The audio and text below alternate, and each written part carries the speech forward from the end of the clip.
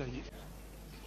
इसीलिए मैं समझता हूं कि डेमोक्रेसी के बारे में बहुत कुछ कहा जाता है कि इस देश में डेमोक्रेसी बहुत बड़ी है, बहुत बड़े अरसे से चल रही है, लेकिन मैं समझता हूं कि इस देश में कोई डेमोक्रेसी नहीं है। इट इज एक खेल चल रहा है इस देश में जिसमें अमीरों के नोटों से गरीबों के वोटों के साथ खिलवाड़ होता है। अमीरों के नोटों से गरीबों के नोटों के साथ खिलवाड़ होता है और मैं समझता हूं कि इसको अमीरों के नोटों से गरीबों के वोटों के साथ खिलवाड़ होता है, जिसको डेमोक्रेसी कहते हैं। इसी तरह से हमारे जो चीफ इलेक्शन कमिश्नर हैं तो मिस्टर सेशन, तो उन्होंने एक किताब लिखी है, उसमें उन्होंने खुद कहा है कि इस देश में डेमोक्रेसी नहीं है। उन्होंने एक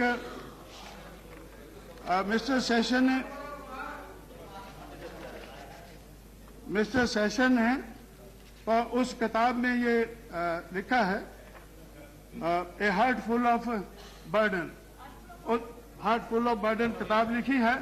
तो उन्होंने इस किताब में लिखा है कि इट इज जो डेमोक्रेटिक कल्चर है इंडिया में, it is in an advanced stage of decay. ये डेमोक्रेसी जो है it is an advance stage of decay, ऐसा चीफ इलेक्शन कमिश्नर को कहना पड़ा है। और इसी तरह से तो उन्होंने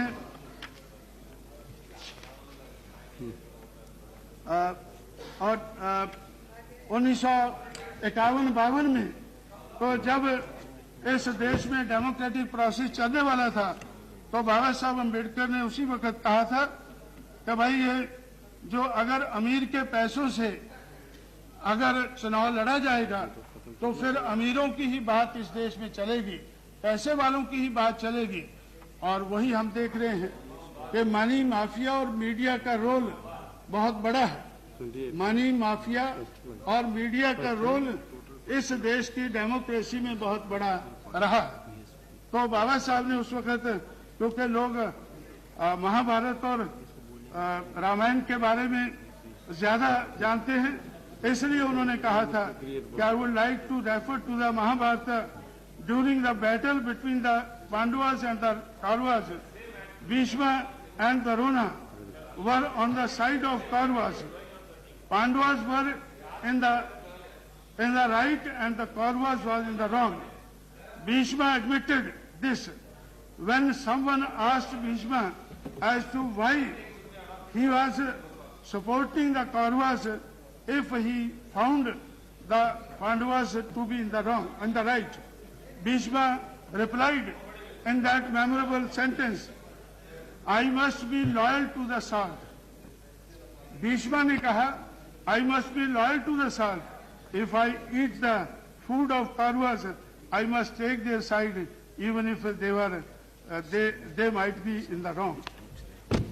तो उस वक्त से 1951-52 से इस बात के बारे में हमें मालूम है कि अमीर के नोटों से गरीब के वोटों के साथ खेल खेला जाता है और हम इसको लोगों को, दुनिया वालों को बताते हैं कि इस देश में डेमोक्रेसी है। इसलिए तो रिफॉर्म की, इलेक्टोरल रिफॉर्म की बात बहुत चली है। मैंने नोट किया है कि इलेक्टोरल रिफॉर्म के बारे में, अब तो एक मिनट खत्म कर दें, अभी तो आखिरी में बात कह के बैठ जाऊंगा। तो ये भी इस बात का एहसास है। हाँ। तो इलेक्टोरल रिफॉर्म के बारे में 36 मिनट तो आपने लिया। हम लोगों ने 1972 से ये काम शुरू किया है। 1990 तक तो बहुत कमेटियां उठाई गई हैं।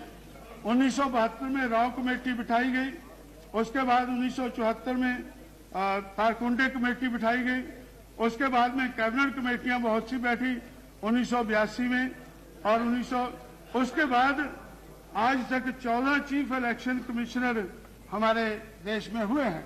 हर इलेक्शन कमिश्नर ने इलेक्टोरल रिफॉर्म के बारे में अपनी रिपोर्ट दी है कि ये होना चाहिए, लेकिन आज तक जो रिफॉर्म की बात हमने कही है वो आज तक हम कर नहीं पाए हैं, क्योंकि हम करना नहीं चाहते हैं। हम ये करना नहीं चाहते हैं। पिछले 50 साल में इलेक्टोरल रिफॉर्म की बात तो बहुत कही गई है, लेकिन हम करना नहीं चाहते हैं, इसलिए हम कर नहीं पाए हैं। तो इसलिए मैं समझता हूं कि अगर सही मायने में पॉलिटिकल डेमोक्रेसी को रिस्टोर करना है तो हमें ये रिफॉर्म करने होंगे। और political democracy without social and economic democracy ये भी इस देश में आज तक कामयाब नहीं हुई है, आने वाले समय में कामयाब नहीं होगी। इसलिए अगर हम पॉलिटिकल डेमोक्रेसी को कामयाब बनाना चाहते हैं तो हमें सामाजिक और आर्थिक दिशा में जो परिवर्तन चाहिए वो परिवर्तन करने चाहिए। और मैं समझता हूं अगर 50 साल हमने ये नहीं सोचा है तो 50 साल के बाद ये पूरा साल जब हम सोच रहे हैं, सोचने लगे हैं, तो पूरा साल हमें ये सोचना चाहिए कि क्या कमियां रह गई हैं, उन कमियों को दूर करने का हमें एजेंडा बनाना चाहिए। आने वाले समय का एजेंडा हमारा इस किस्म का होना चाहिए। ऐसी बात कहते हुए मैं आपका शुक्रगुजार हूं कि आपने मुझे ज्यादा समय दिया।